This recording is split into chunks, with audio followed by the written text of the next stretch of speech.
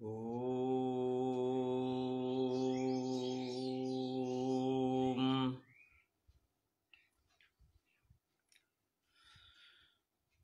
वक्रतुंड महाकाय कोटि सूर्य समप्रभ निर्विघ्नं कुरु मे देव सर्वकार्येषु सर्वदा। ओम नमो नमः।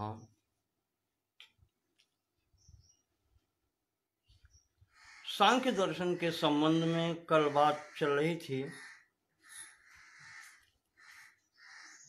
व्यक्त अव्यक्त ज्ञान विज्ञानात् के संबंध में।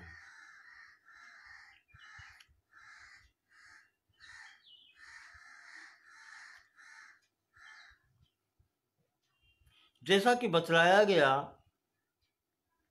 अव्यक्त जो मूल प्रकृति है, जिसे प्रधान भी कहते हैं, वो तीनों गुणों की सतोगुण, रजोगुण और तमोगुण, इनकी साम्यावस्था को कहते हैं।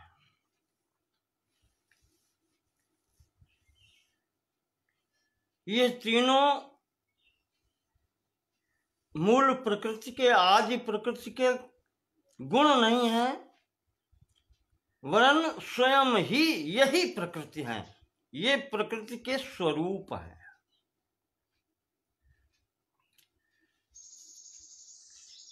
फिर इनसे उत्पन्न होने वाली जो व्यक्त प्रकृतियां हैं या विकृति हैं, मूल प्रकृति की विकृतियां वो आपको बताई थी 7 हैं। महत, अहंकार और 5 सूक्ष्म तन्मात्राएं, शब्द, स्पर्श, रूप, रस, गंध।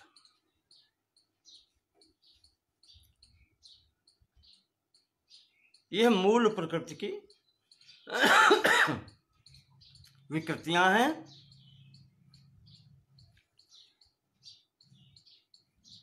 और आगे ये अन्य तत्व उत्पन्न करती हैं जो 16 तत्व हैं।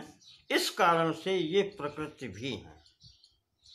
तो ये 7 कही जाती हैं प्रकृति विकृतियां। प्रकृति विकृति, विकृति में 16 तत्व हैं। मन, 5 ज्ञानेंद्रियां, 5 कर्मेंद्रियां और 5 स्थूल भूत।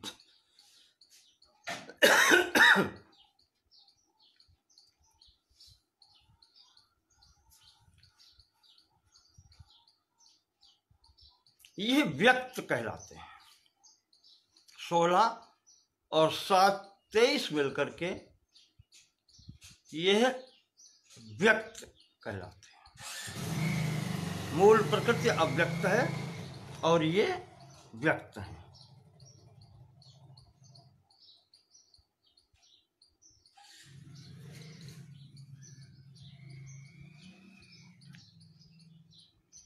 इनकी सिद्धि के विषय में, जो व्यक्त है, इनकी सिद्धि के विषय में बताया गया था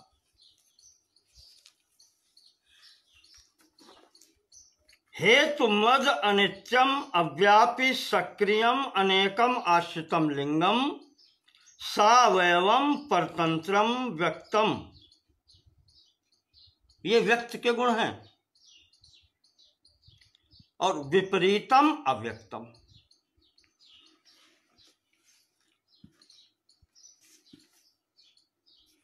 अव्यक्त से व्यक्त होने पर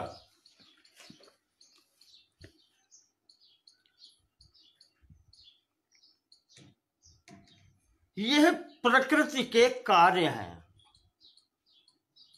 आज कारण है मूल प्रकृति प्रधान, और ये सप्त प्रकृति विकृतियां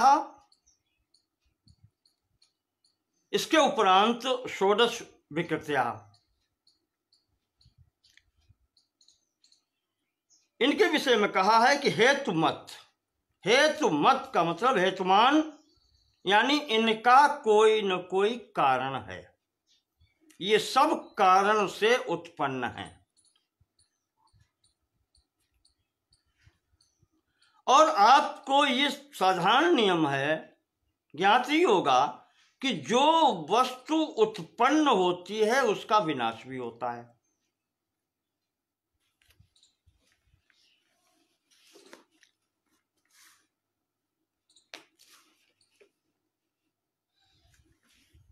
क्योंकि जातस्य ही ध्रुवो मृत्यु,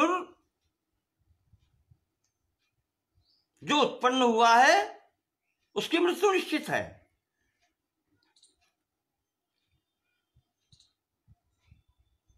यह सिद्धांत है, भगवान कृष्ण गीता में कह दिया है। जो उत्पत्ति होती है जिसकी, वो उसका विनाश भी होता है, इसलिए ये अनित्य हैं।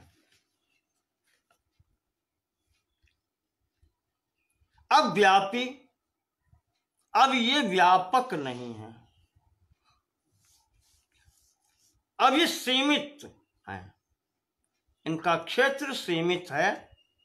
ये प्रत्येक कार्य का सक्रियम, अब ये क्रियाशील भी हैं।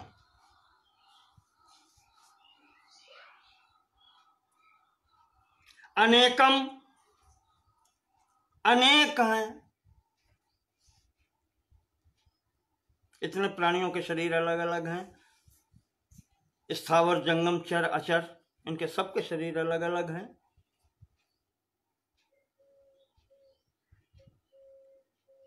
आश्रितम, ये किसी के आश्रित हैं, स्वतंत्र नहीं है।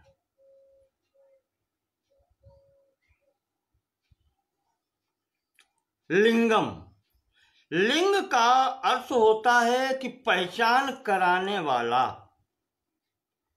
चिन्ह कोई, तो ये अपने कारण की पहचान कराने वाले भी हैं कि हम कहां से आए हैं।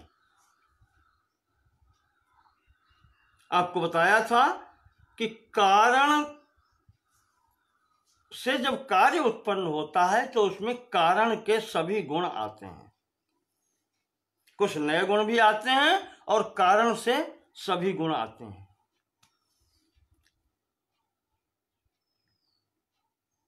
सावयवम स अवयवम,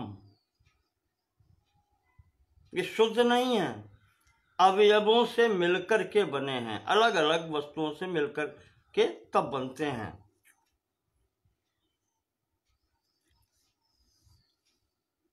परतंत्रम व्यक्तम, और ये परतंत्र हैं, दूसरे के अधीन हैं।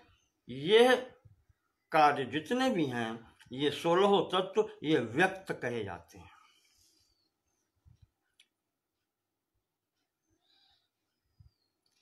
और विपरीतम अव्यक्तम, इनसे जो विपरीत गुणों वाला है वो अव्यक्त है। अब प्रत्येक का आप विपरीत कर लीजिए। हेतुमत, जहां व्यक्त का कोई कारण है तो अव्यक्त का कोई कारण नहीं है, अहेतुमत है। यहां लिखा है व्यक्त जो है वो अनित्य है, पर सांख्य धारणा के अनुसार मूल प्रकृति जो है अव्यक्त, वो नित्य है। इसी तरीके से जब ये कार्य सक्रिय है तो वो अक्रिय है। तो इस तरीके से आप ले लें इसमें कि मूल प्रकृति का न तो कोई कारण है, न वो किसी का कार्य है, वो नित्य है, व्यापक है, अक्रिय है, क्रियाशील नहीं है, अनेक नहीं है, एक है। और जितने गुण बताए हैं, न परतंत्र है, न सावयव है, तो वो अव्यक्त है। इन गुणों में अव्यक्त मूल प्रकृति और व्यक्त कार्य प्रकृति कह लें, या प्रकृति के कार्य, या प्रकृति विकृति और विकृति मिला करके ये 23 तत्व जो हैं, इनसे वो विपरीत धर्मी है।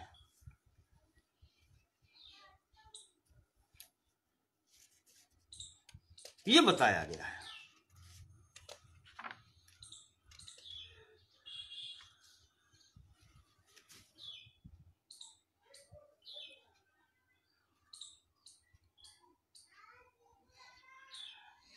वहीं पर व्यक्त के लिए जो विशेष गुण और बता दिए हैं कि त्रिगुणम अविवेकी विषयः सामान्यम अचेतनम प्रसव धर्मी व्यक्तम तथा प्रधानम।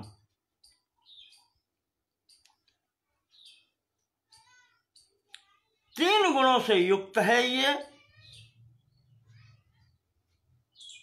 व्यक्त और अव्यक्त दोनों। क्योंकि अव्यक्त में तीन गुण हैं, उनके साम्य अवस्था है, तो वही कार्य रूप में परिणित होकर के व्यक्त होते हैं। तो तीनों गुण वाले हैं। अविवेकी, ज्ञान नहीं है,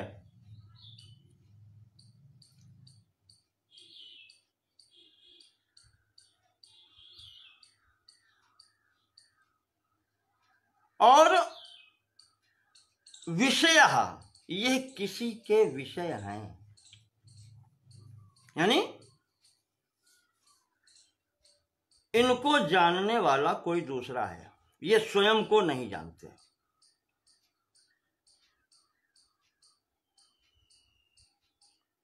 सामान्यम, प्रत्येक के लिए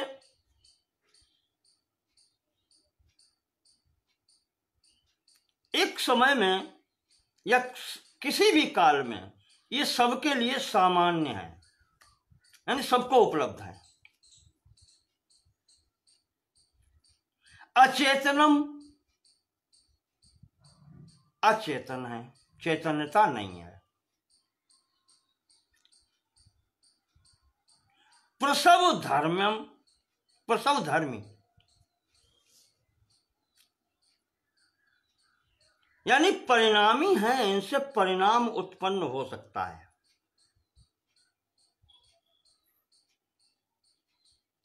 ये समानता व्यक्त और अव्यक्त दोनों में है।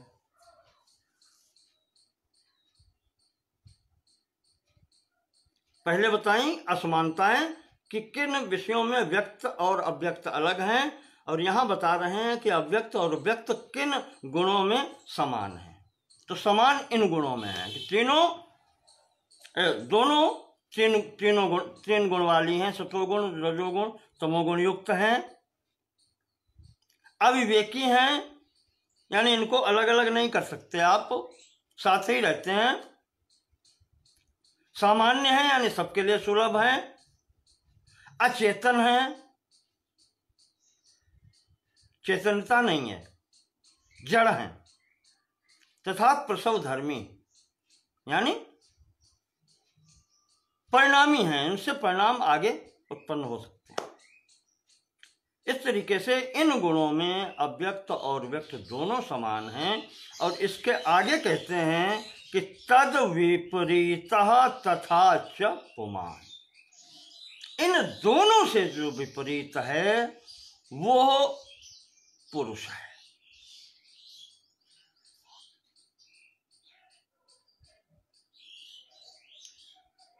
ये जितने भी गुण गिनाए हैं व्यक्त और अव्यक्त के, यह कोई भी गुण उस पुरुष में नहीं है।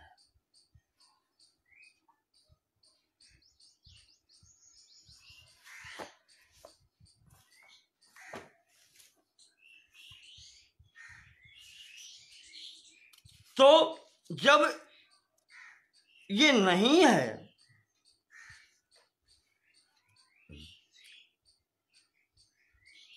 पुरुष में ये कोई गुण नहीं है,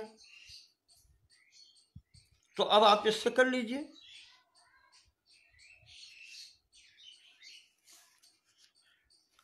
त्रिगुणम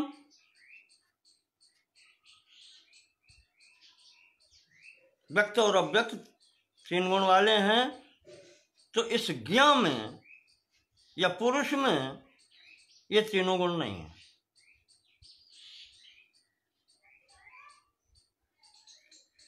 अविवेकी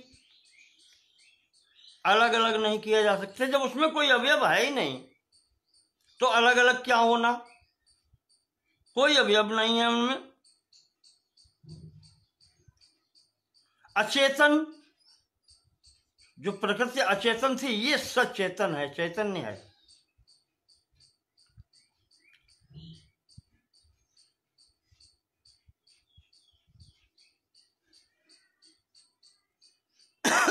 प्रसव धर्मी भी नहीं है, इससे कुछ अन्यत्र उत्पन्न भी होता नहीं है। तो इन सभी गुणों, प्रकृति के अव्यक्त प्रकृति और व्यक्त प्रकृति से गुणों में सर्वथा विपरीत यह पुरुष है।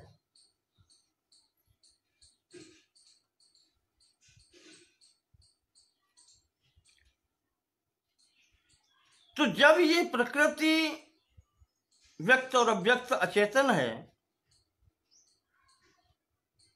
तो इसका उपभोग करने के लिए कोई सचेतन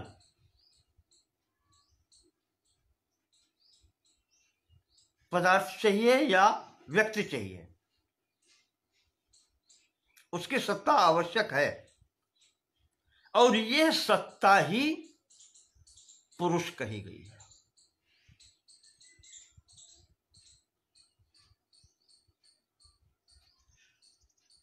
अब यहां पर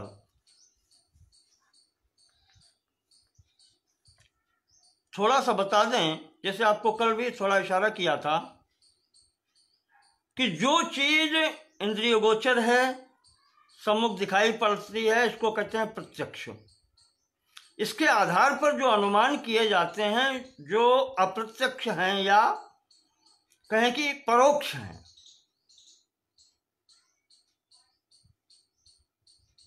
जो इनके कारण हैं।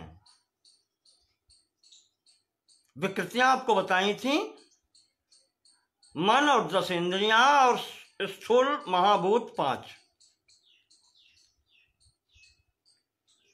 ये 16 विकृतियां जो हैं, इनसे ही संपूर्ण सृष्टि बनती है और वही सब अनुभव में सामने आता है। इनके आधार पर इनके कारण का अनुमान किया जाता है। यहां तक अनुमान कार्य करता है और इससे पहले भी उसका मूल कारण जानने के लिए यहां तक अनुमान कार्य करता है।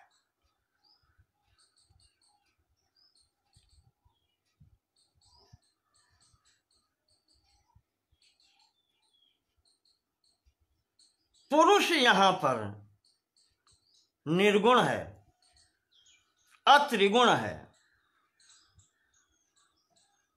तो उसमें जड़ता नहीं है, चैतन्यता है।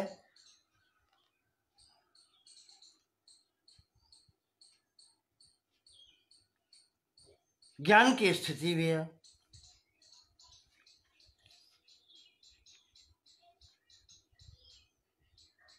और जब जड़ वस्तु कार्य कैसे करेगी, इसलिए पुरुष की उपस्थिति आवश्यक है। एक चैतन्य तत्व की उपस्थिति आवश्यक है, जिसको आप अध्यक्ष भी कह सकते हैं, अधिष्ठाता भी कह सकते हैं। उस अधिष्ठाता की आवश्यकता है जिसके देख रेख में ये कार्य करते हैं।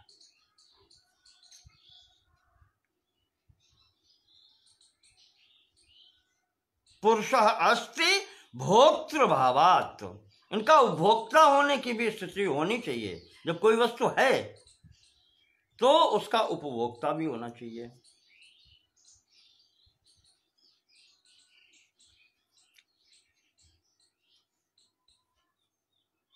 जब तक कोई सचेतन सत्ता नहीं होती है तब तक अचेतन जितने भी हैं, चाहे वो जो भी संघात हों, रथ है, जैसे जैसे आज के जमाने में ले लें, मोटर है, जड़ वस्तु है, कार है, जड़ वस्तु है, तो उसको चलाने के लिए या उसके सानिध्य में जिसकी अध्यक्षता में वो चलेगी, वो ड्राइवर आवश्यक है। जब तक वो नहीं बैठता है तब तक वो नहीं चल सकती।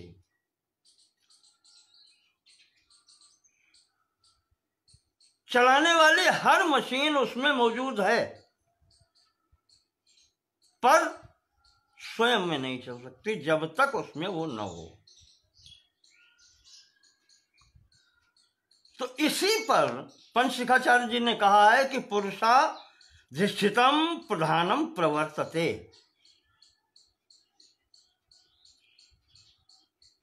पुरुष के या चैतन्य पुरुष के अधिष्ठित होने पर ही यह प्रकृति संचालित होती है, प्रवर्तित होती है।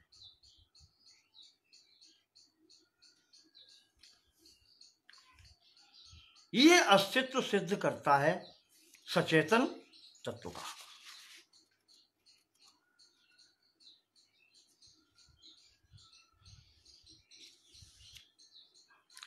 अंत में आया है कि फिर प्रकृति कार्य किस लिए करती है? कैवल्यार्थम प्रवृत्तेश्च, 17वीं कारिका जो कह रही है। तो कैवल्य किसका होगा है? किसका होगा कैवल्य? मोक्ष किसका होगा? सचेतन का ही होगा। जड़ वस्तु स्वयं में कुछ नहीं कर सकती, ना वो बंधन में है ना वो मोक्ष में है। जैसी है वैसी पड़ी रहेगी। जैसे न्यूटन का पहला नियम कहता है कि जो वस्तु चल रही है चलती रहेगी,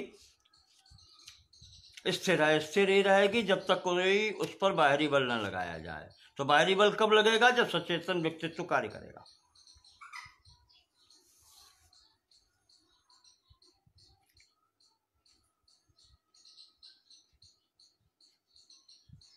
कहते हैं प्रवृत्ति जो इस व्यक्त और अव्यक्त प्रकृति की होती है, वह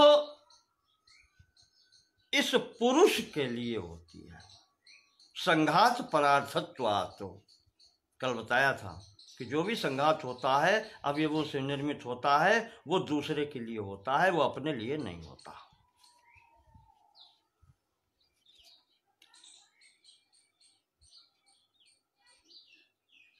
इसलिए कैवल्य जो है वो उस सचेतन पुरुष के लिए ही है।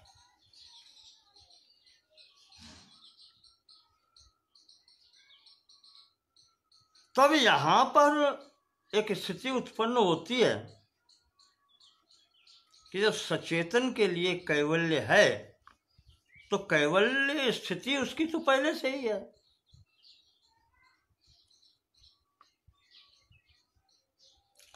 बंधन कहां से है?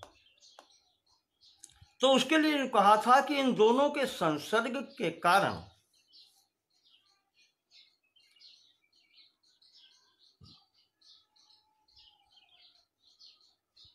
प्रकृति में जो सचेतनता आवासित होती है, उससे प्रकृति कार्य करने लग जाती है, और इसके संसर्ग से ही प्रकृति की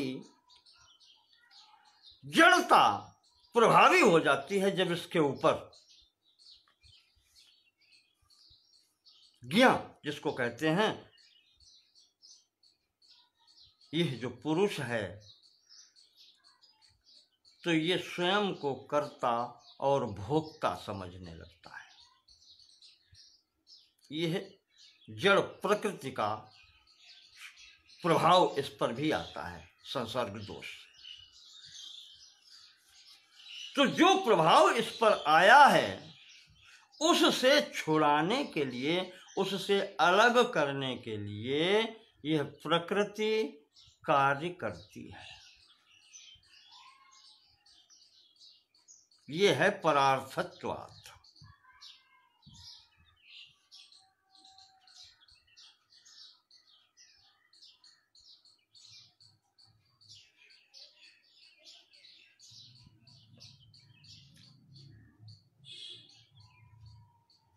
तो अब यहां पर बात आती है, जो हम देखते हैं संसार में प्रत्येक प्राणी अलग अलग है।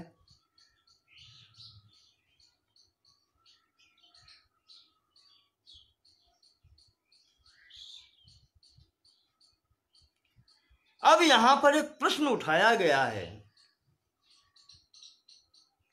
प्रश्न नहीं उठाते हैं, सांख्य दर्शन सीधे कहता है कि यह जो पुरुष है, ये जो सचेतन तत्व है, ये बहुत है, पुरुष बहुत्वम, ये सिद्धांत प्रस्तुत करता है।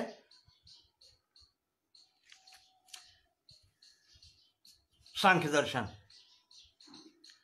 और इसके समर्थन में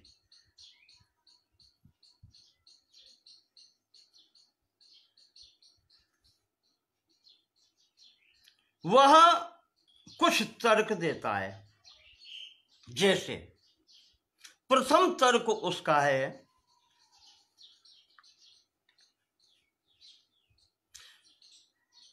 जन्म मरण करणानाम प्रतिनियमाद।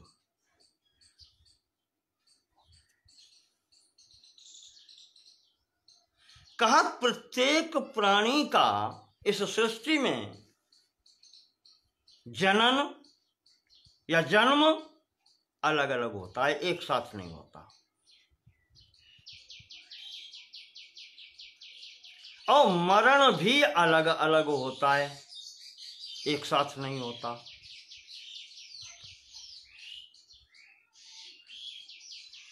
देखें आप, सांख्य तर्क देता है कि अगर पुरुष एक ही होता तो सबको एक साथ जन्म लेना चाहिए था, सबको एक साथ मरना चाहिए था, पर ऐसा नहीं होता। सब अलग अलग जन्म लेते हैं, अलग अलग मरते हैं। और करना नाम प्रतिनियमाद, सबकी इंद्रियां जो हैं, उनकी इंद्रियां एक जैसी नहीं है, या कह लें आप कि इंद्रियों की सामर्थ्य भी अलग अलग है। प्रतिनियमाद, प्रत्येक के लिए अलग अलग नियम है। किसी की इंद्रिय शिथिल है, किसी की इंद्रिय कार्य करती है। देखा होगा आपने कि आंखें हैं पर दिखलाई नहीं पड़ता। हमारे जैसों की जैसी दृष्टि है पर कमजोर है। तो ये सबकी इंद्रियों में भी अंतर है, शिथिलता, कष्ट जो भी है, प्रत्येक प्राणी का अलग अलग इंद्रियां काम करती हैं। ऐसे लोगों को देखा है कि नाक तो है, सबकी है, लेकिन उनको सुगंध दुर्गंध नहीं आती, कार्य नहीं करते।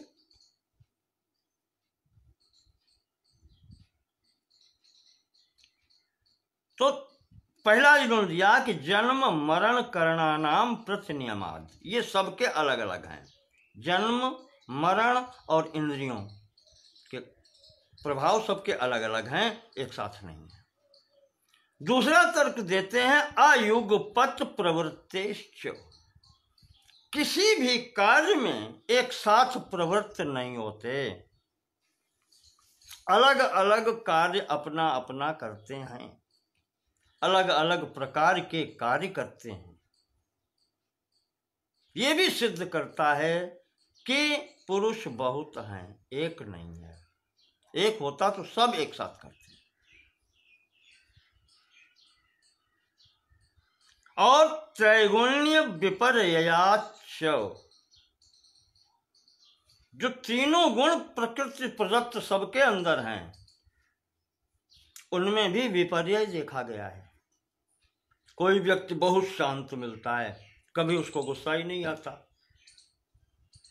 कोई व्यक्ति ऐसा है कि सामने पड़ जाओ तो गुस्से के कारण वो कांपने लगता है। किसी में सतोगुण की अधिकता है, किसी में रजोगुण की अधिकता है, किसी में तमोगुण की अधिकता है। प्रति व्यक्ति का स्वभावशील अलग अलग है। तो ये 5 यहां पर तर्क दिए हैं। कहा इनसे ये सिद्ध होता है कि पुरुष बहुत से हैं।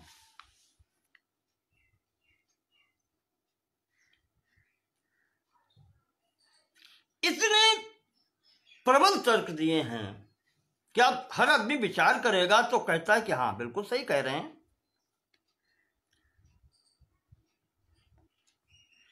ये सिद्ध करते हैं कि पुरुष बहुत हैं, मान लिया।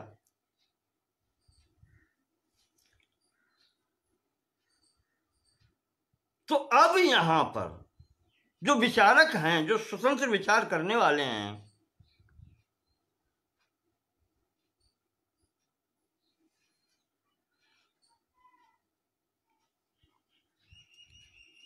वो देख रहे हैं कि ठीक है, ये जो तर्क इन्होंने 5 दिए हैं, जन्म मृत्यु इंद्रियां सब अलग अलग हैं, एक साथ सभी कार्य नहीं करते, और गुणों में विपरीतता भी आती है,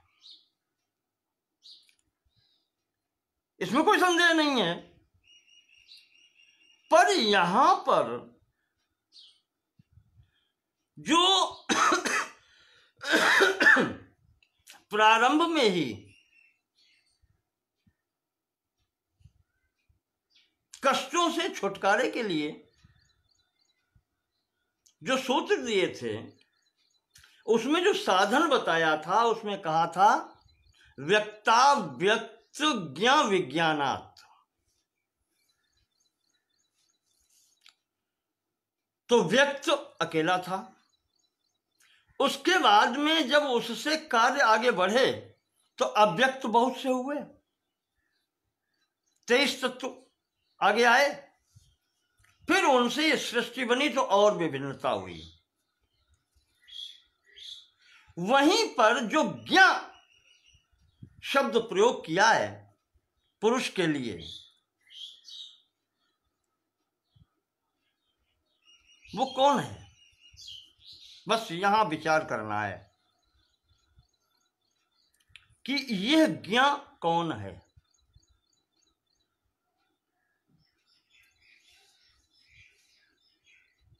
कौन से मतलब 2 स्थितियां।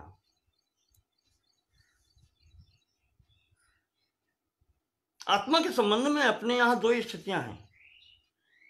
हर दर्शन ये लगभग मानता है, 6 दर्शन जो हैं, कि एक तो बद्ध पुरुष है।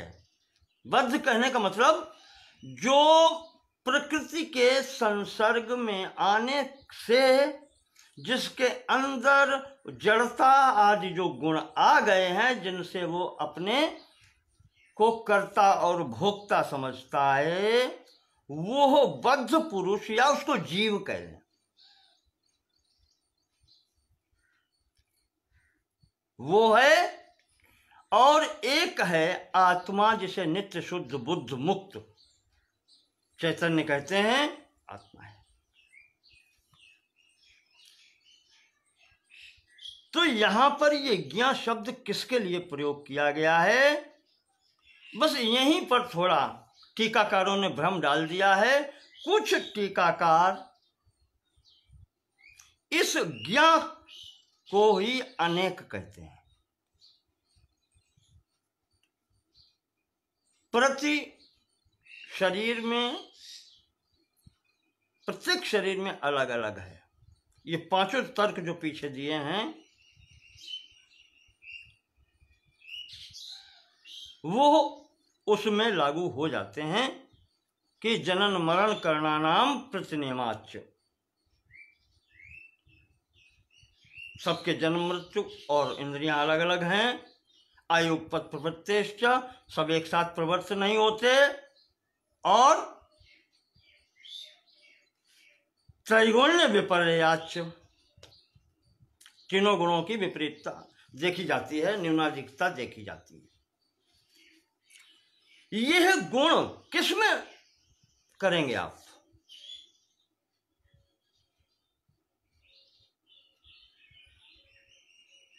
जो नित्य शुद्ध बुद्ध मुक्त है उसमें तो कोई गुण है ही नहीं, निर्गुण है वो। तो ये उसमें लागू कैसे हो सकता है? मुक्त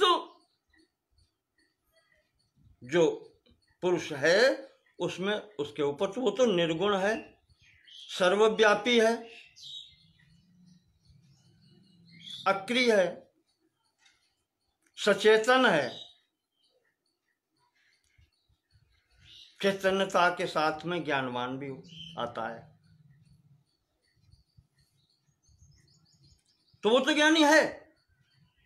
वो बंधन में कैसे हो सकता है जिसके लिए लिखा है कि कैवल्यार्थम प्रवृत्तेश्च, ये प्रकृति कैवल्य के लिए, उसके लिए प्रयत्न कर रही है। अर्थात यहां पर मेरे कहने का तात्पर्य यह है कि अगर सूक्ष्म रूप से आप ध्यान दें तो ये जितनी युक्तियां पांचों बताई गई हैं, यह उस बद्ध, जो कहना चाहिए कि जो प्रकृति के साथ में होने के कारण जो इसके अंदर सांसर्गिक गुण आ गए हैं, वो बद्ध पुरुष या जीव ही है जिसको यहां पर बहुत कहा गया है। पुरुष बहुत्वम जिसके लिए प्रयोग किया गया है वो उन जीवों के लिए है, न कि नित्य शुद्ध बुद्ध मुक्त आत्मा के लिए नहीं, उसके लिए नहीं है।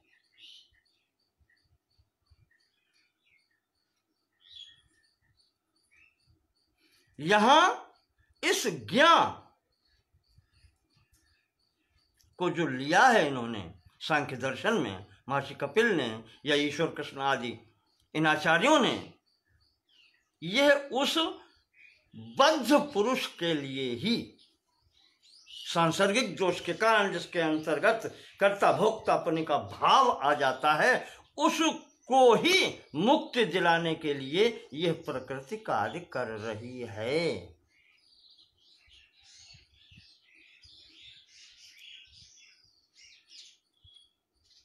इस प्रकार से ये जो ज्ञान यहाँ पर है या जो पुरुष है वो बद्ध जीव जिसको कहते हैं उसके लिए प्रयुक्त हुआ है।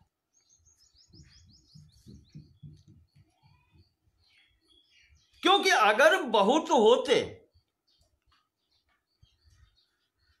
तो यहां जो 11वीं कारिका में आया है कि तद विपरीत तथा च पुमान, प्रकृति से दिखाया गया है, अव्यक्त प्रकृति भी उसमें सम्मिलित है। वहां अव्यक्त प्रकृति के गुण बताए गए हैं और सीधे कहा गया है कि तद विपरीत तथा च पुमान, इसके ठीक विपरीत गुणों वाला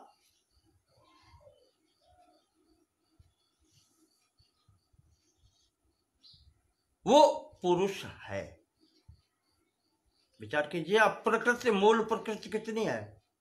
एक, अव्यक्त एक ही तो है। तो तद विपरीत धर्मी,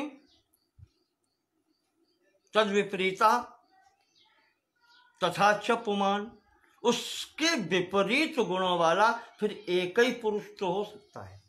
यह भी सिद्ध करता है कि जो मुक्त पुरुष है वो एक है, वो बहुत नहीं है। पर यहां पर जिसके कैवल्य के लिए बात की गई है वो जीव जो है, वो बद्ध पुरुष जो है, उसके लिए यहां पर ज्ञान शब्द का प्रयोग किया गया है। ये समझने की चीज है। यहां पर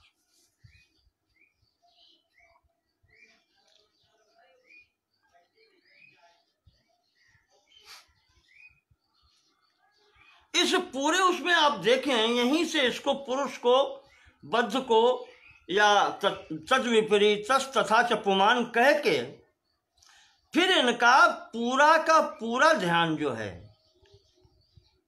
इस प्रकृति और प्रकृति विकृति और विकृति इन 23 तत्वों पर ही विशेष करके रहा है। 24 तत्वों पर, मूल प्रकृति को भी लगा लें तो इन 24 तत्वों पर ही रहा है। इनका ज्ञान प्राप्त करना विशेष है।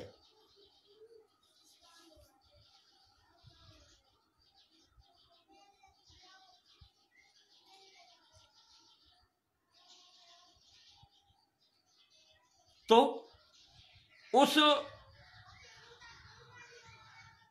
ज्ञान प्राप्त करेगा कौन? दुख होता किसको है? जो प्रथम दिन उठाई थी बात कि जो प्रश्न उठता है फिर दुख होता किसको है?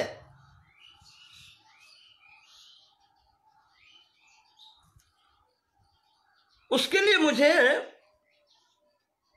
एक बात याद आती है।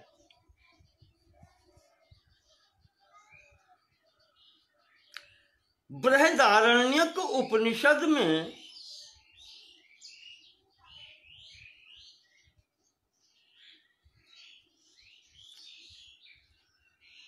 दूसरे अध्याय के चौथे ब्राह्मण,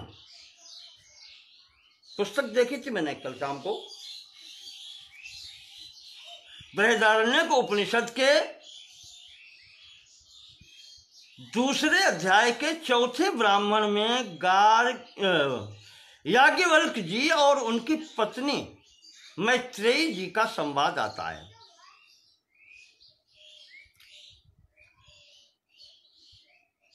वहां बतलाया गया है कि याज्ञवल्क्य जी की दो पत्नियां हैं, कात्यायनी और मैत्रेयी।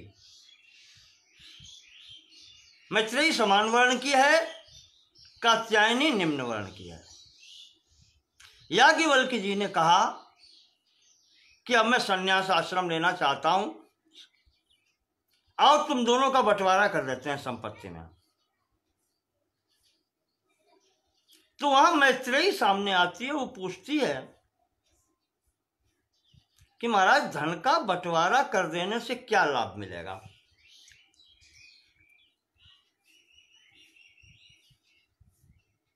याज्ञवल्क्य जी ने कहा कि धन का बंटवारा कर देने से लौकिक लाभ मिलेगा, जैसे सब लोग अच्छे तरीके से जीवित रहते हैं। तो वहां पर उन्होंने यही सब बातचीत वहां पर हुई है, बड़ा अच्छा उपदेश दिया है, परमात्मा विषयक है। अंतिम 14वें मंत्र में आता है कि इसके पूर्व वाले 13वें मंत्र में याज्ञवल्क्य जी ने कह दिया कि जहां पर ये संपूर्ण प्रपंच का आभास समाप्त हो जाता है वही परमात्मा है।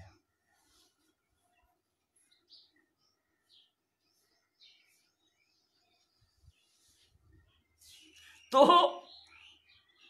मैत्रेयी पूछती है कि महाराज आपने सब कुछ बता करके अंत में उलझा दिया। कहा कैसे? मैं कोई उलझाने थोड़े बैठा हूं, जीवन के कल्याण के संबंध में बतला रहा हूं, मैं उलझाने न बैठा हूं। याज्ञवल्क्य जी ने कहा मैं उलझाने के लिए बात नहीं कर रहा। तो मैत्रेयी कहती है कि जब आपने ये कह दिया कि शरीर के छूट जाने के बाद में, इससे अलग हो जाने के बाद में फिर कुछ नहीं रहता, तो जब शरीर ही चला गया और आपने कह दिया कुछ नहीं रहता, तो इसका मतलब फिर कुछ मिलना ही नहीं है। लाभ क्या हुआ फिर हमें? आपने कह दिया वही परमात्मा है। जब कुछ रहता ही नहीं है तो आत्मा परमात्मा की बातें समाप्त हो गई।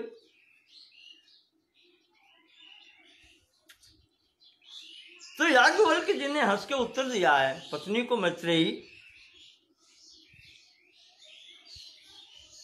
कहा कि समझना तभी तक होता है जब तक दो होते हैं। समझना तभी तक होता है जब तक दो होते हैं।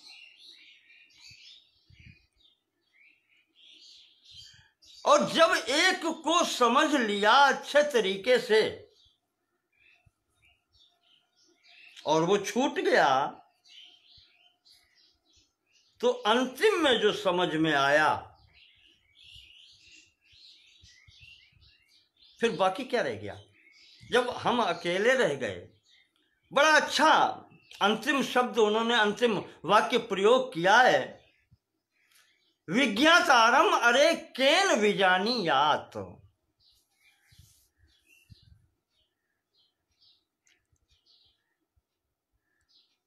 जानने वाले को कौन जान सकता है? अरे मैत्रेयी, विज्ञातारम अरे केन विजानीयात,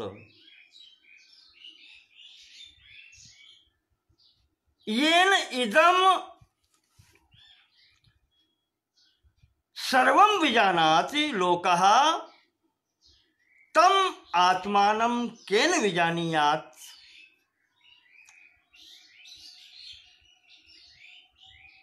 अरे मैत्रेयी, विज्ञातारम केन कथम वा जीवा विजानीयात्।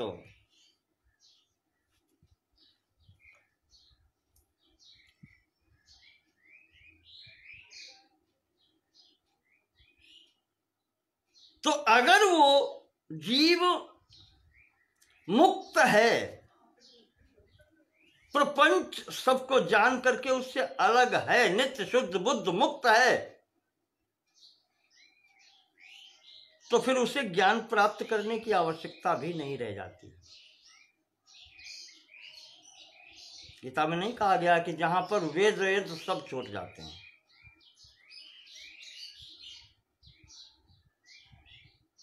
महासागर में पहुंच करके वहां पर वेद शास्त्र ये सब छूट जाते हैं, स्वतः आवश्यकता ही नहीं रहती। इन सब की आवश्यकता तब तक रहती है जब तक दो है, द्वैत है। तो यहां चूंकि द्वैत की संकल्पना है सांख्य दर्शन में, इसलिए इसको जानना है। पर एक बात याद रखनी है कि विज्ञातारम अरे केन विजानीयात, वो कोई टूल नहीं अभी तक बना है, कोई यंत्र अभी तक नहीं बना है जो अपने को विषय बना करके अपना ही ज्ञान प्राप्त कर सके। फिर उसे ज्ञान प्राप्त की आवश्यकता नहीं होती। तो वो तब तक ही होती है व्यक्त अव्यक्त ज्ञान विज्ञानात्। तीनों की आवश्यकता जानने की तभी तक होती है जब तक वो अपने को शुद्ध बुद्ध मुक्त समझ नहीं लेता। वो मार्ग ये सांख्य दर्शन दिखलाता है। आशा है कि आपको पुरुष बहुत्वम का तर्क इस प्रकार से समझ में आएगा कि जब तक वो बद्ध है, जीव श्रेणी में है, तब तक उसका बहुत, यही सांख्य ने सिद्ध करने की कोशिश की है।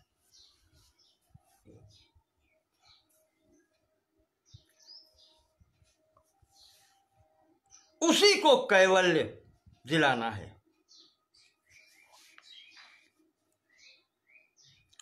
और इसके आगे वो नहीं गए हैं, इसीलिए उन्होंने उस नित्य शुद्ध बुद्ध आत्मा की और परमात्मा की अलग से बात नहीं की है। और इसी कारण से लोग भ्रम में डालते हैं कि ये निरीश्वर सांख्य दर्शन है। कहा इसमें ईश्वर है ही नहीं, ऐसा नहीं है। ईश्वर के अस्तित्व को छहों दर्शन कहीं भी अस्वीकार नहीं करते। और आपको यहां पर एक विशेष बात और बता दें, बात आ गई है सामने कि प्रत्यक्ष प्रमाण, उसके बाद में उसके आधार पर ही अनुमान प्रमाण की सीमा जाती है अव्यक्त तक, और आप्त प्रमाण को इसी कारण से स्वीकार किया गया है, वैदिक प्रमाण को इस ज्ञान के लिए ही स्वीकार किया गया है। यह जो ज्ञान है, इसके कारण ही इसको स्वीकार किया गया है।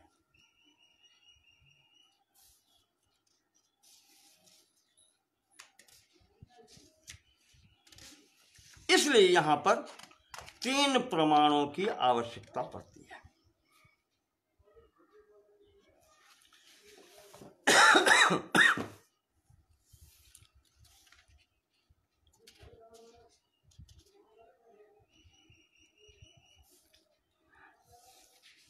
अब यहां तक तो बात हो गई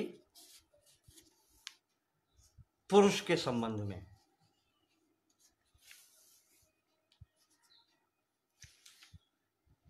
अब इनके अनुसार आगे विचार करते हैं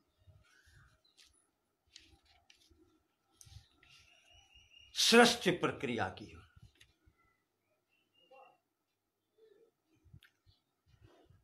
सृष्टि प्रक्रिया में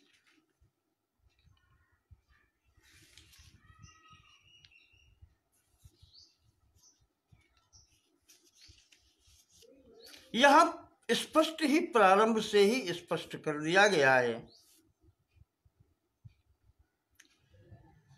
कि तीनों गुणों की साम्यावस्था ही प्रधान है या मूल प्रकृति है।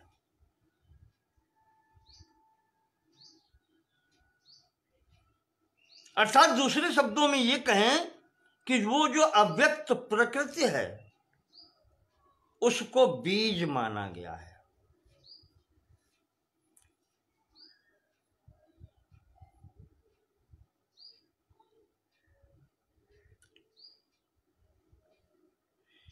जब तक ये तीनों गुण साम्य अवस्था में, बराबर की अवस्था में रहते हैं, तब तक वो प्रधान कही जाती है या मूल प्रकृति कही जाती है। और जहां से मूल अवस्था में क्षोभ उत्पन्न होता है, क्षोभ का अर्थ होता है जैसे कोई हिला दे किसी वस्तु को, घुमा दे, हिला दे, कुछ गतिशीलता प्रदान कर दे।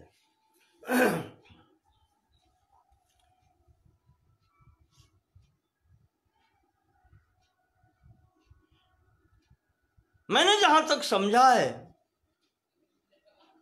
वैसे तो ये कहा जाता है कि चैतन्य पदार्थ जो है वो निष्क्रिय है, वो भी गतिमान नहीं है।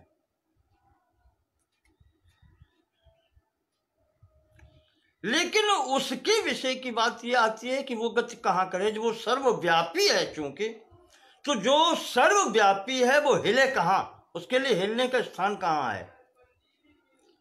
पर सचेतनता होने के कारण उसमें गतिशीलता आंतरिक तो है। बस उसके कारण ही वो गतिशीलता, वो चैतन्य गुण प्रकृति में आता है, मूल प्रकृति में आता है।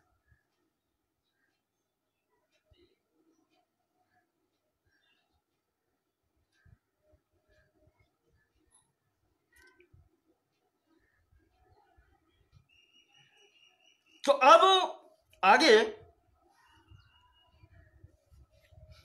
अब कोई वस्तु जैसे रखी है, मैंने आपका न्यूटन का नियम ही बता दिया। कोई वस्तु चल रही है, चलती रहेगी, स्थिर है तो स्थिर रहेगी जब तक कोई बाहरी बल उस पर कार्य न करे। ऐसे ही यहां पर कार्य कारण के संबंध में भी यही आता है। कारण से कार्य तभी होता है जब कोई प्रेरणा देने वाला हो।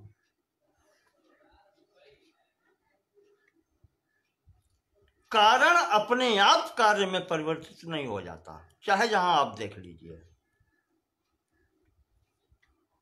दूध से दही भी जब बनेगा तो कुछ प्रेरणा से ही बनेगा, या तो उसमें बाहरी कीटाणु स्वयं में घुसेंगे, अन्यथा जामन लगाया जाता है, वो मट्ठा या दही उसमें डालते हैं, तब वो फिर दूध से दही बनता है। कारण से कार्य उत्पन्न होता है, बिना प्रेरणा के नहीं होता। उसको किसी प्रेरक की अपेक्षा रहती जरूर है।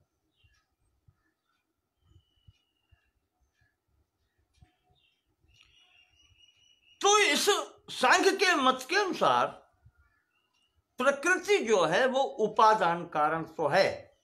जैसे मिट्टी से घड़ा बनता है तो मिट्टी उपादान कारण है, लेकिन मिट्टी स्वतः घड़ा नहीं बन सकती,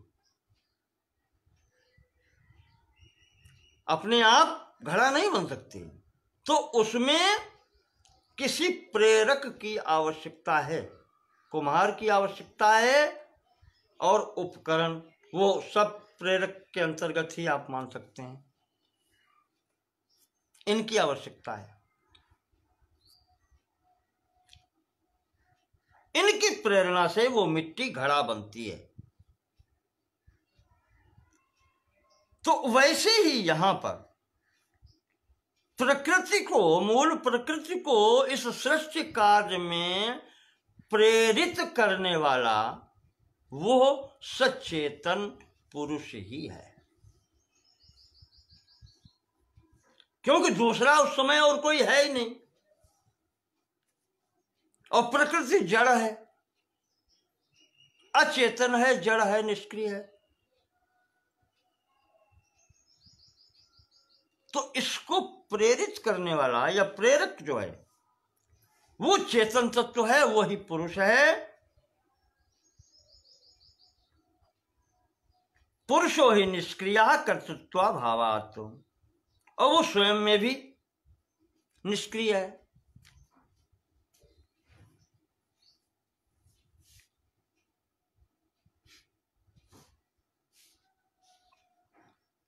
यहां पर एक बहुत अच्छा उदाहरण दिया गया है।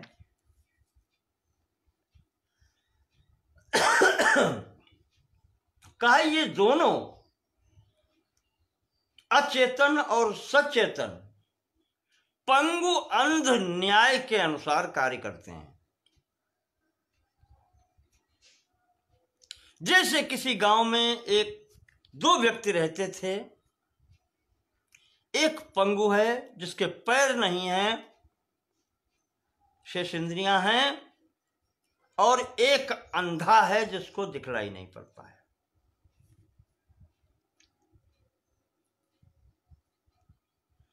आपत्ति के समय सब भाग जाते हैं, ये दो शेष रहते हैं। तो ये एक दूसरे की सहायता करके जिस प्रकार से वहां से निकलते हैं, बस वही वैसा ही साधन यहां पर इस अचेतन और सचेतन का है। वो लंगड़ा व्यक्ति अंधे के कंधे पर बैठता है और वो मार्गदर्शन करता है, तब वो अंधा व्यक्ति उस मार्ग पर चला जाता है।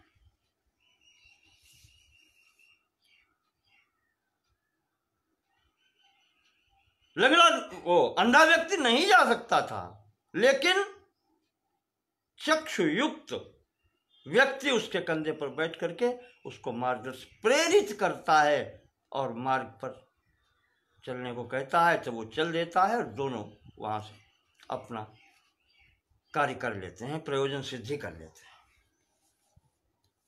इसी प्रकार से यहां पर अचेतन और सचेतन का संयोग माना गया है, दोनों अपना कार्य सिद्ध कर लेते हैं।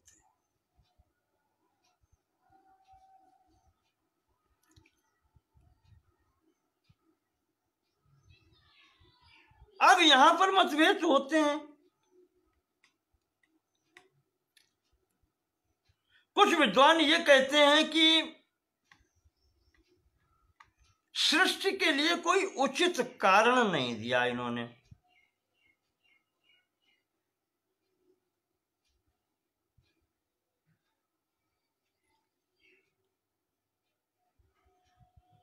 उचित कारण नहीं दिया। क्या उचित कारण नहीं दिया? उसने केवल प्रयोजन एक ही दिखाया है, कैवल्यार्थम प्रवृत्तेश्च। इस पुरुष के को कैवल्य दिलाने के लिए यह प्रकृति सारे कार्य करती है।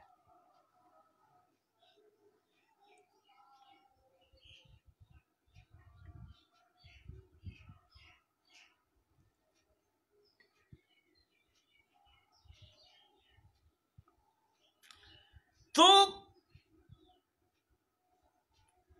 कहते हैं कि वो सिद्धांत फिर कहाँ जाता है जिसमें प्रत्येक जीव को अपने कर्मों का फल भोगना होता है? ये तो इसमें कहीं कुछ आता ही नहीं। पाप पुण्य का फल कैसे भोगेगा?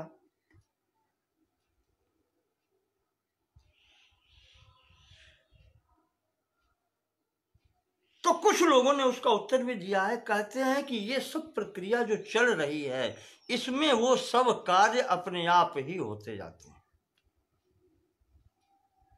सब कार्य अपने आप होते जाते हैं। प्रकृति का ये कोई भी कार्य है, ये निरुद्देश्य नहीं है, क्योंकि सचेतन का साथ है उसके साथ। तो निरुद्देश्य कैसे हो सकता है? ज्ञान वाला व्यक्ति, अगर आंखों वाला व्यक्ति अंधे के कंधे पर बैठा है तो वो गड्ढे में कैसे गिर सकता है? नहीं गिरेगा ना, वो उचित मार्ग से ही ले जाएगा। तो ये निरुद्देश्य नहीं है, उद्देश्य तो है, दोनों को वहां से निकलना है।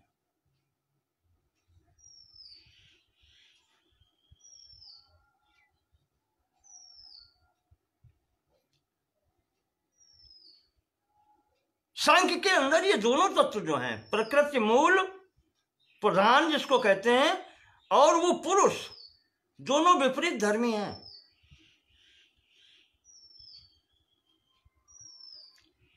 स्वतंत्र अस्तित्व है इनका।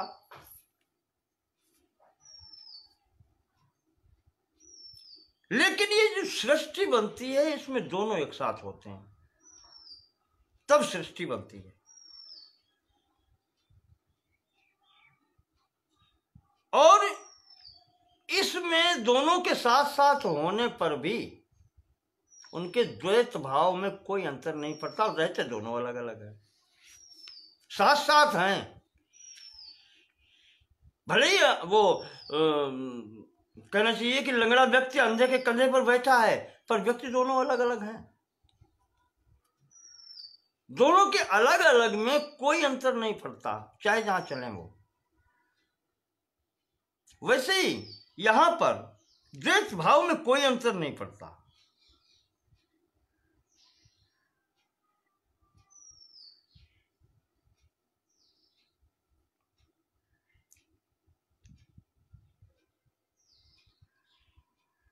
जैसे जब प्राणी को शरीर जब प्राप्त होता है तो इसमें देखेंगे आप, नाखून है, ये बाल हैं, ये अपने आप स्वतः बढ़ते हैं, ठीक है।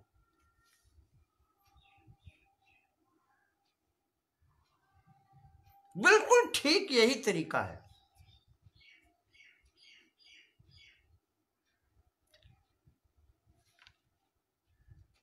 सचेतन के उस अव्यक्त अचेतन के संसर्ग में आने पर यह इसका अव्यक्त से व्यक्त होने की प्रक्रिया जो है, ये स्वाभाविक है, ये स्वतः होने लगती है।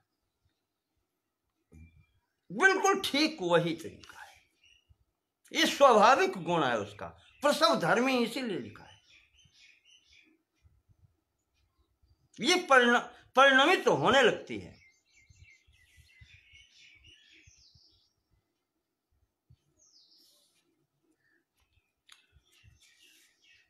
इस तरीके से इसका सृष्टि प्रारंभ होती है। तो प्रथम तत्व जो आता है अस्तित्व में, वो कहलाता है महत्व। प्रकृति के गुणों में क्षोभ होने पर, मूल प्रकृति के गुणों में क्षोभ होने पर जो प्रथम तत्व आता है वो कहलाता है महत्।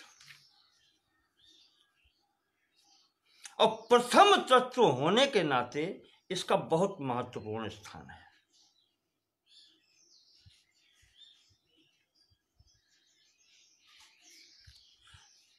कारण के सभी गुण इसमें वर्तमान होते हैं।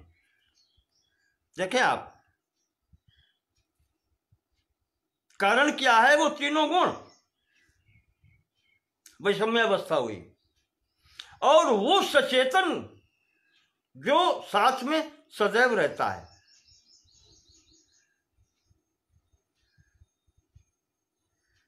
मूल प्रकृति के साथ में है, इस कारण से वो सभी तत्वों के साथ में चल रहा है। क्योंकि एक स्थान से अलग हो जाएगा तो फिर मूल प्रकृति से उसका संबंध टूट जाएगा। मिश्रित कहीं नहीं होता, रहता अलग है लेकिन साथ में चलता है। इस कारण से इस महत् तत्व में ज्ञान, ऐश्वर्य, वैराग्य, धर्म, ये सब गुण सचेतनता के प्रभाव से भी आते हैं। सभी उत्कृष्ट गुण, इसीलिए इसको महत् कहा जाता है। महान, महान से बनता है। संपूर्ण गुणों का इसमें निवास होता है।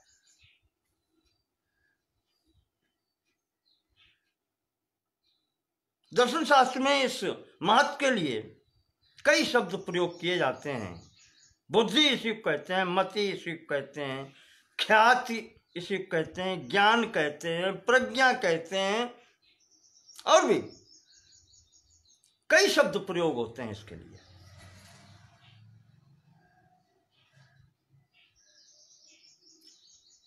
अगर बुद्धि कहें इसको तो ये समष्टि बुद्धि है, क्योंकि प्रथम सीधे उसकी उत्पत्ति है। तो ये संपूर्ण बुद्धियों को मिलाकर के जो बुद्धि है वो समष्टि बुद्धि है।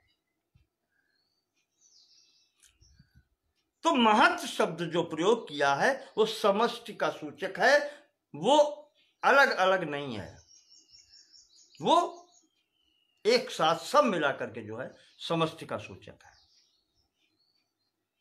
और जब बुद्धि शब्द हम प्रयोग कर देते हैं तो वो व्यक्तिगत चीज हर प्राणी की अलग अलग हो जाती है, वो व्यष्टि कहलाती है, एक व्यक्ति की, विशेष व्यक्ति की। और समष्टि संपूर्ण बुद्धियों का एक साथ समूह। इसका लक्षण है, कहते हैं कि एक निश्चय पर पहुंचना,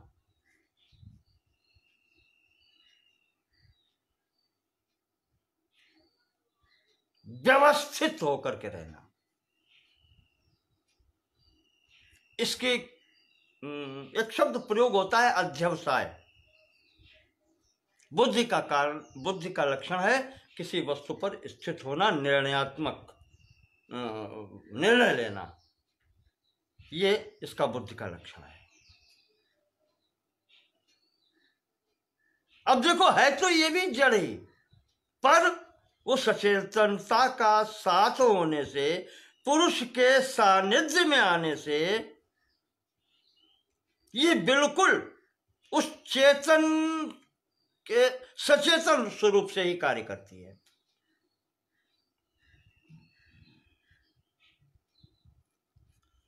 और जब अब ये प्रथम तत्व है व्यक्त होने पर, तो पूर्ण जिम्मेदारी इसी तत्व पर होती है, और यही निर्णय लेकर के उस ज्ञान को वहां तक पहुंचाती है, ज्ञान तत्व तक, पुरुष तक पहुंचाती है, जिससे वो ज्ञान प्राप्त करके और वो फिर शांत हो जाता है, कैवल्य को प्राप्त कर लेता है।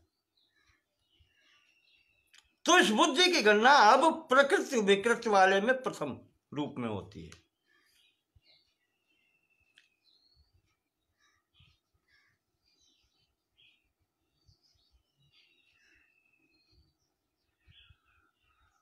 अब बुद्धि भी सात्विकी और तामसिक के हिसाब से दो प्रकार की हो जाती है। अब उसमें ये सात्विक गुण भी होते हैं, क्योंकि तीनों गुण है ना, तो ये सब गुण इसमें होते हैं। जैसे पहले बता दिया, धर्म, ज्ञान, वैराग्य, ऐश्वर्य, तो इनके विपरीत गुण भी तो यहां उपलब्ध होंगे, क्योंकि तमोगुण भी साथ में है। तो अधर्म, अज्ञान, राग, अनैश्वर्य कह लें, ऐश्वर्य का विपरीत, ये भी इसमें उपलब्ध होते हैं। तो ये बुद्धि के 8 प्रकार की चीजें बताई गई हैं, ये इसके भाव हैं।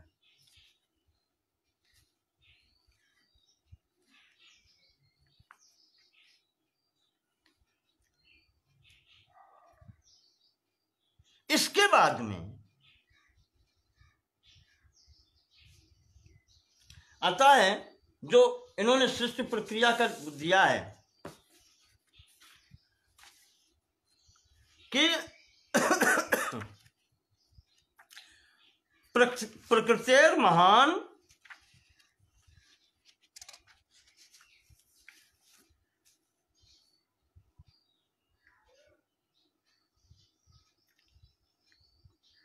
प्रकृति से महान महत की उत्पत्ति हो गई, महतो अहंकारो, महत से फिर अहंकार की उत्पत्ति होती है, महत से अहंकार।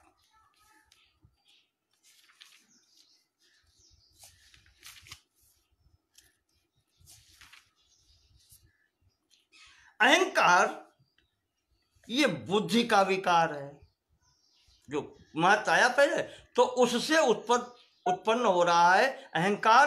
तो ये अहंकार अब जो है वो महत का विकार है, और उसके लिए परिभाषा दी है अभिमानो अहंकारा। यहां से व्यक्ति के साथ में, पुरुष के साथ में अहम उत्पन्न होता है, अपने अस्तित्व का भाव, ये अहंकार है।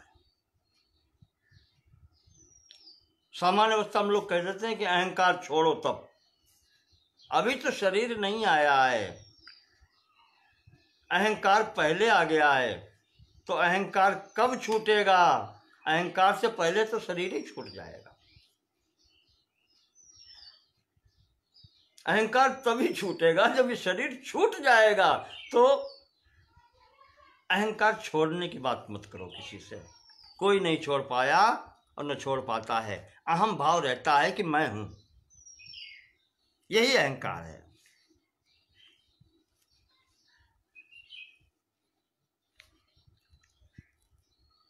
और उसी अहम के कारण जो अहंकार होता, अभिमान आ जाता है कि मैं हूं। जब मैं हूं तो इस अहंकार के कारण ही उस पुरुष में, उस जीव में कर्ता का भाव आता है। अहंकारा कर्ता न पुरुषा, यही अहंकार करता है।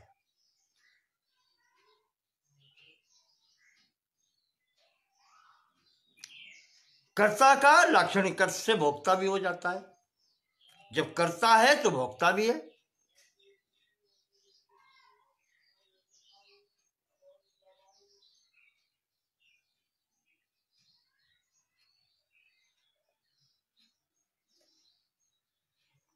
अब चूंकि इसमें और दूसरा गुण भी है, आपको बताएं तीनों गुण साथ रहते हैं। तो बुद्धि से सात्विक कहना चाहिए कि, और तामसिक लेकर के अहंकार उत्पन्न हुआ, तो रजोगुण भी तो है। अब यहां पर रजोगुण की जब प्रधानता होती है, तब रजोगुण के मुख्य गुण है क्रियाशीलता। तीनों गुण के अलग अलग गुण हैं। सतोगुण का है शांत होना, शांत प्रकृति का रहना। रजोगुण का है क्रियाशीलता, और तामसिक गुण है आलस, प्रमाद। ये सब बातें तमोगुण के अंतर्गत आती हैं।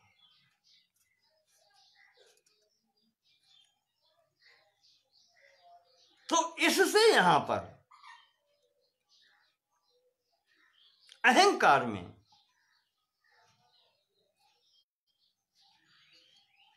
क्रियात्मकता उत्पन्न हो जाती है रजोगुण के कारण, और स्वयं ही कार्य करने की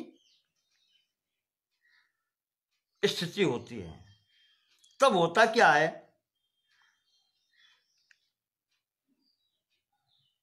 जब उस अहंकार में सतोगुण की प्रधानता होती है तो उससे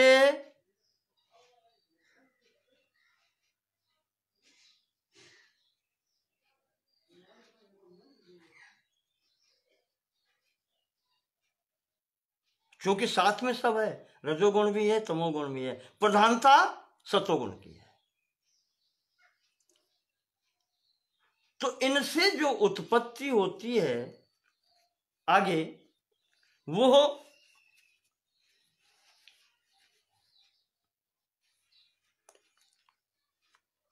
एकादश इंद्रियों को अभिव्यक्त करता है अहंकार से। मन और 10 इंद्रियां, जब सतोगुण की प्रधानता होती है, और इस सतोगुण की प्रधानता के कारण ही इंद्रियां ज्ञान प्राप्त करती हैं। मन ज्ञान प्राप्त करता है,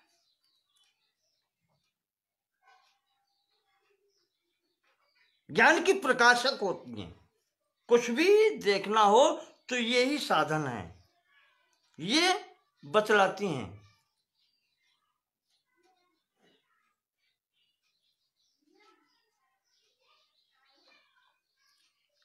और इसमें जब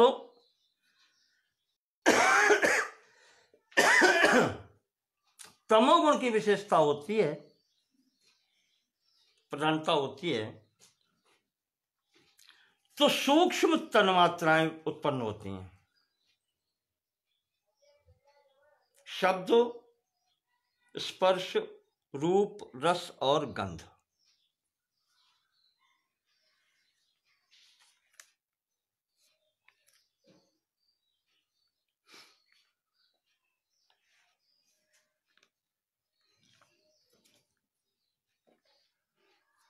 शब्द, स्पर्श, रूप, रस और गंध, ये 5 तन्मात्राएं सूक्ष्म भूत कहे जाते हैं।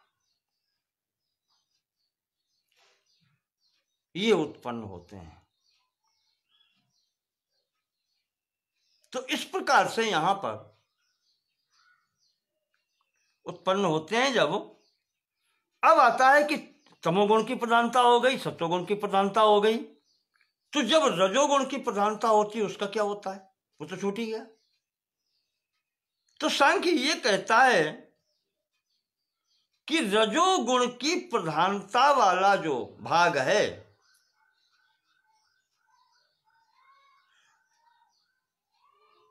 वो स्वयं में कुछ नहीं बनाता, क्योंकि उसमें क्रियाशीलता होती है। वो इन दोनों को क्रियाशील करता है, इनके साथ मिलकर के सर्जना की प्रेरणा देता है और इनको सर्जन कराता है। ये जो तेजस अहंकार का, यही जो कहना चाहिए रजोगुण युक्त प्रधान युक्त, रजोगुण प्रधान जो अहंकार है, यह दोनों अहंकारों को प्रेरणा देने वाला है, इनका प्रेरक है। विज्ञान की भाषा में इसको उत्प्रेरक को कैटालिस्ट कहते हैं। किसी अभिक्रिया को बढ़ाने घटाने का गुण जिनमें होता है वो कैटालिस्ट कहे जाते हैं। तो इस प्रकार से इनका ये होता है। ठीक है। अब यहां पर ये जो महत्व और महत्व से अहंकार ये इनकी गणना अंतःकरण, इसको कहा जाता है अंतःकरण।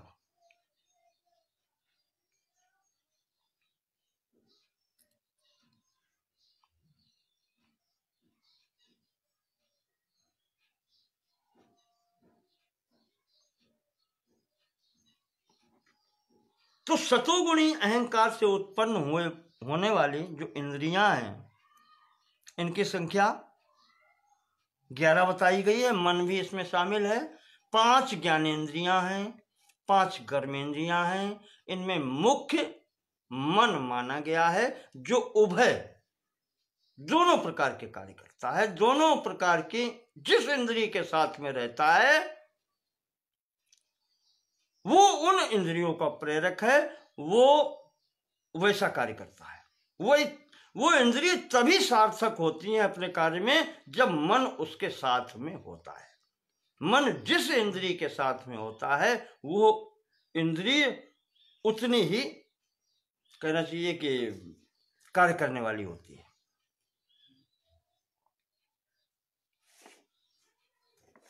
यदि मन आंख के साथ में है तभी आंख कार्य कर रही है और उससे विषय ग्रहण कर रही है, उससे ही मन के द्वारा वो बुद्धि तक पहुंचता है। शेष इंद्रियां उस समय कुछ भी कर रही हूं, वो अपने ज्ञान को प्राप्त नहीं कर पाती। जैसे एक उदाहरण दिया जाता है कि एक बाण बनाने वाला था, वो अपने बाण की शान रख रहा था। तो शान रखने में बाण पर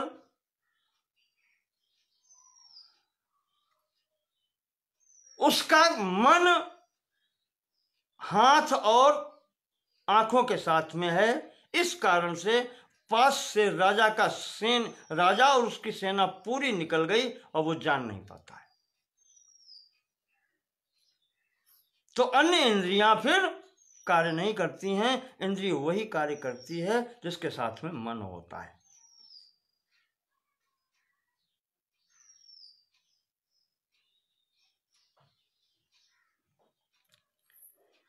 इंद्रियों में 5 कर्मेंद्रियां हैं और 5 ज्ञानेंद्रियां हैं।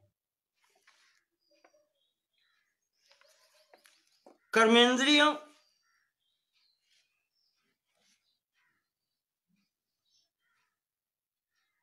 वाणी ये कर्मेंद्रिय में आती है। पाणी हाथ, पैर पाद, पायु और उपस्थ। पायु मलद्वार और उपस्थ जननांग। ये 5 कर्मेंद्रियां हैं, कर्म करने वाली। और 5 ज्ञानेंद्रियां हैं, आंखें, कान, नाक, रसना यानी जिह्वा और त्वक यानी कि ये त्वचा। ये 5 इंद्रियां ज्ञानेंद्रिय हैं। इनसे ज्ञान प्राप्त किया जाता है। ज्ञान के साधन है वो ज्ञानेंद्रियां, और जो कर्म के साधन हैं वो कर्मेंद्रियां कहलाती हैं। 11वां मन है, ये उभयात्मक है। कर्मेंद्रियों में भी आता है, ज्ञानेंद्रियों में भी आता है।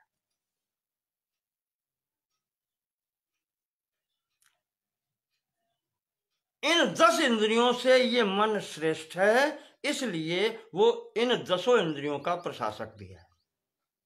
ठीक है, वो तो मैंने आपको पहले बता दिया।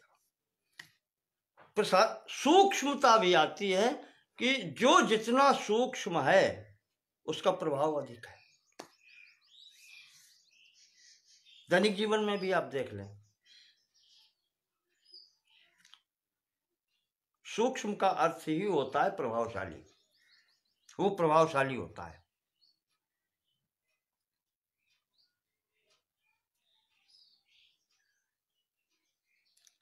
इंद्रियां समय समय पर कार्य करती हैं, पर मन ये तीनों काल में रहता है।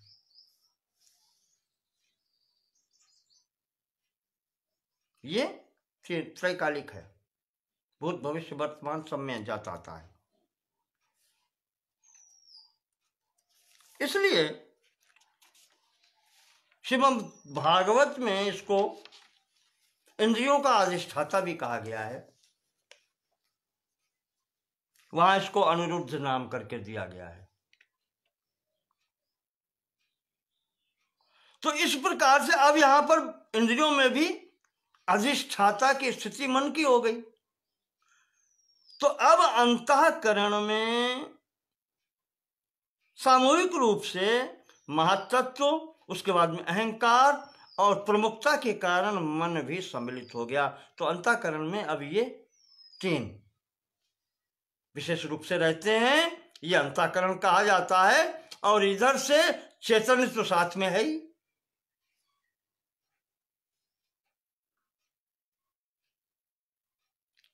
तो यह इस प्रकार से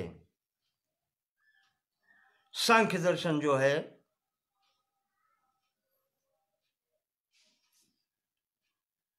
त्रयोदश करण आता है। करण कह लेते हैं ज्ञान प्राप्ति करने के उपाय। साधक तमम करणम, उसमें आता है व्याकरण में, साधक तमम करणम। किसी भी प्रयोजन के सिद्धि के लिए जो साधन प्रयोग किए जाते हैं वो करण कहलाते हैं। तो यहां पर ये साधन कौन है? 13 साधन ये है यहां पर। बुद्धि, अहंकार, मन और 10 इंद्रियां, यानी 5 कर्मेंद्रिय और 5 ज्ञानेंद्रिय। ये है त्रयोदश करण है, ज्ञान प्राप्ति के साधन है। ये सांख्य दर्शन ने स्वीकार किया।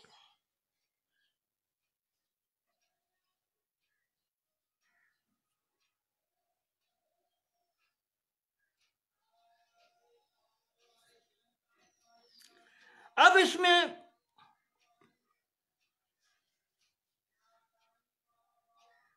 जो अंतःकरण है, इसकी वृत्तियां 2 प्रकार की बताई गई हैं, सामान्य और असामान्य।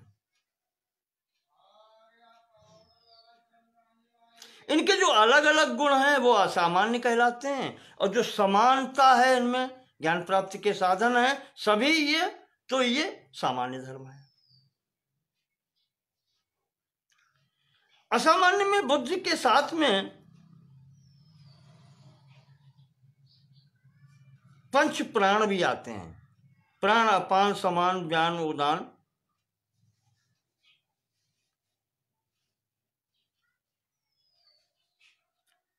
ये भी आते हैं। ये कहना चाहिए असामान्य है, असाधारण वस्तु है, जो इस महत् के साथ में, बुद्धि के साथ में ये भी वस्तुएं आती हैं। जिनमें से जो प्राण वायु है वो जीवन का लक्षण है। वो जब चलती है तब ये शरीर चैतन्य युक्त मालूम पड़ता है। चैतन्यता की निशानी जो शरीर में हुआ है वो प्राणवायु है। इस तरीके से ये इनका, इन्हीं 5 प्राण, ये 5 प्राण जो कहे जाते हैं, 5 प्रकार की वायु हैं, इन्हीं के द्वारा ये सब शरीर चलता फिरता दिखाई पड़ता है। गतिशीलता इसी के कारण होती है।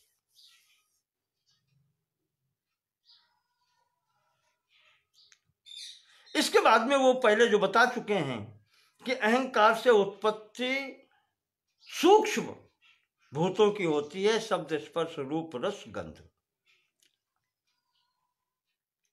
उन तन्मात्राओं से ही आगे फिर जो सांख्य दर्शन कहता है, इनसे उत्पत्ति स्थूल भूत की होती है, जिसे आप कहते हैं आकाश, वायु, अग्नि, जल और पृथ्वी तत्व, जो स्थूल आपको दिखलाई पड़ते हैं, अनुभव में आते हैं। इन 5 तन्मात्राओं से इसकी उत्पत्ति होती है।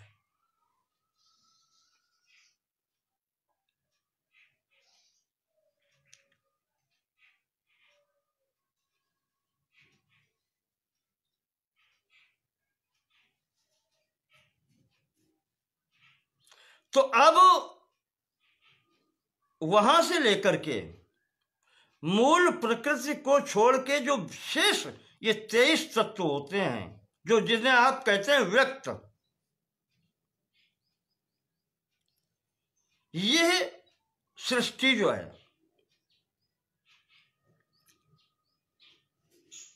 जहां पर स्थूल भूत आ जाते हैं, उससे पहले वाली सृष्टि जो है वह प्रत्यय सर्ग कहलाती है।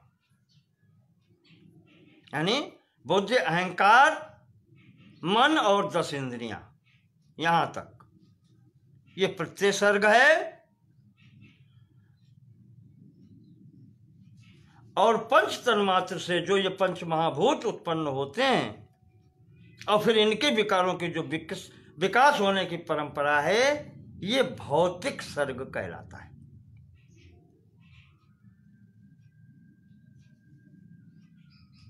तो सृष्टि के ये 2 स्वरूप हैं और ये पुरुषार्थ की सिद्धि के लिए, उस पुरुष के प्रयोजन की सिद्धि के लिए, उस पुरुष के कैवल्य की सिद्धि के लिए एक दूसरे की सब अपेक्षा रखते हैं।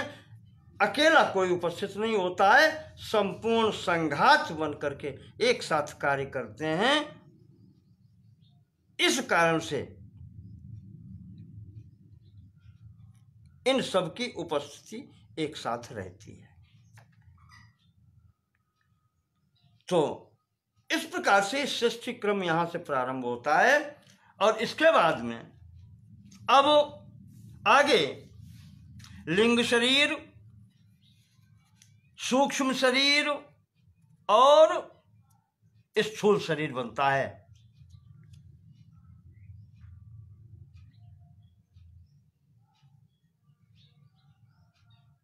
तीन प्रकार के शरीर यहां पर बताए गए हैं। पहला शरीर होता है लिंग शरीर।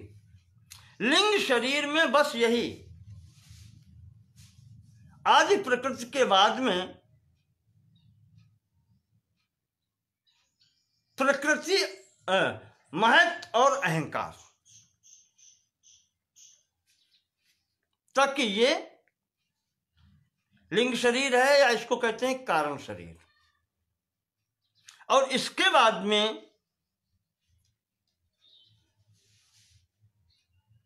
मन सहित 11 इंद्रियां और पंच तन्मात्राएं जो सूक्ष्म भूत हैं, वो मिलकर के कुल 18 तत्व जो होते हैं। मन सहित 11 इंद्रियां, 5 सूक्ष्म भूत या तन्मात्राएं 16 हुए, और उधर बुद्धि और अहंकार, ये 18 तत्व मिलकर के वो जो शरीर होता है वो सूक्ष्म शरीर कहा जाता है।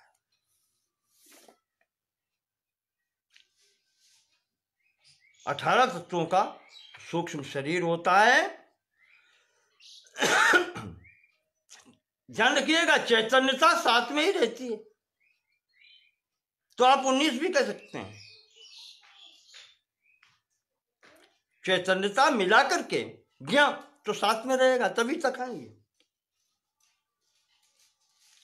और फिर 23 तत्व जब एक साथ, इसमें 18 के बाद में 5 स्थूल भूत और आ जाते हैं, तब ये शरीर जो बनता है ये स्थूल शरीर होता है। और ये स्थूल शरीर ही इस सृष्टि प्रपंच में कार्य करता है। और इसके बिना जितने भी भाव हैं, धर्म, अर्थ, काम, मोक्ष, पुरुषार्थ हैं, वो इसके द्वारा ही संभव होते हैं।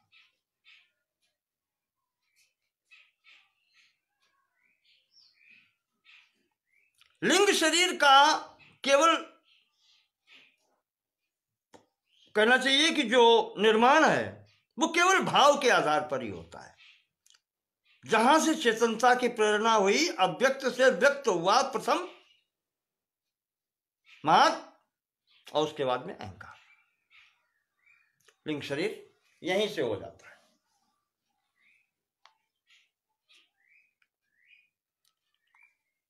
वो भाव पर ही, वहां कुछ नहीं है। फिर अब उससे आगे जो होता है वह सूक्ष्म शरीर है, और यह प्रत्येक जीव को सृष्टि के आदि में मिल जाता है। इसीलिए कहा है कि पुरुष बहुत्तम। जो भी जहां से ये अहम भाव पकड़ने लगता है, ये अपनी सीमित करता है, बस वहीं से इसकी जीव संख्या हो जाती है, और इसको सृष्टि के प्रारंभ में ही पृथक शरीर मिल जाता है। और अगर कोई व्यवधान न हो तो ये सृष्टि के अंत तक इसके साथ में रहता है, जो सूक्ष्म शरीर है।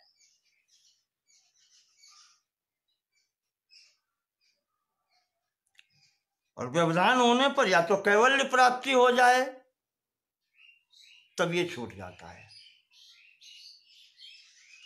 बस एक ही स्थिति है इसको सूक्ष्म शरीर से छूटने की और लिंग शरीर से भी ऊपर उठने की, कि जब इसको कैवल्य प्राप्ति हो जाए।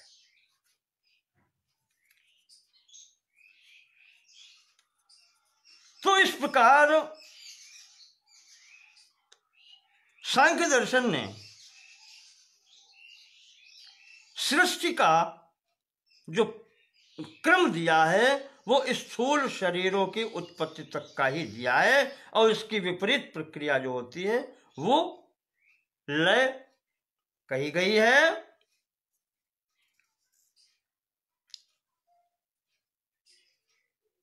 और यहां पर इन्होंने बस देह के लिए देवता, तिर्यक और मनुष्य की योनियों में विभक्त करके और इस वर्णन को वहीं पर समाप्त कर दिया है सृष्टि प्रक्रम में।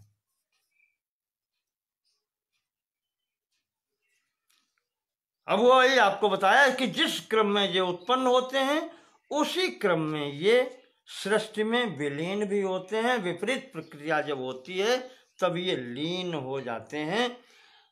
इस प्रकार से ये सृष्टि प्रकरण तक की प्रक्रिया यहाँ पर हमने आपको बताई। अब आगे के प्रसंग में आपको इस सब में और क्या प्रयुक्त होता है, प्रमाण कौन से होते हैं, उनके बारे में आपको बताएंगे। इन्होंने कौन कौन से प्रमाण स्वीकार किए हैं और मोक्ष का स्वरूप क्या है। दो बातें शेष रह गई हैं, ये अगले खंड में आपके सामने रखेंगे। आशा है कि आप देखेंगे, सुनेंगे तो हमें भी अच्छा लगेगा। धन्यवाद।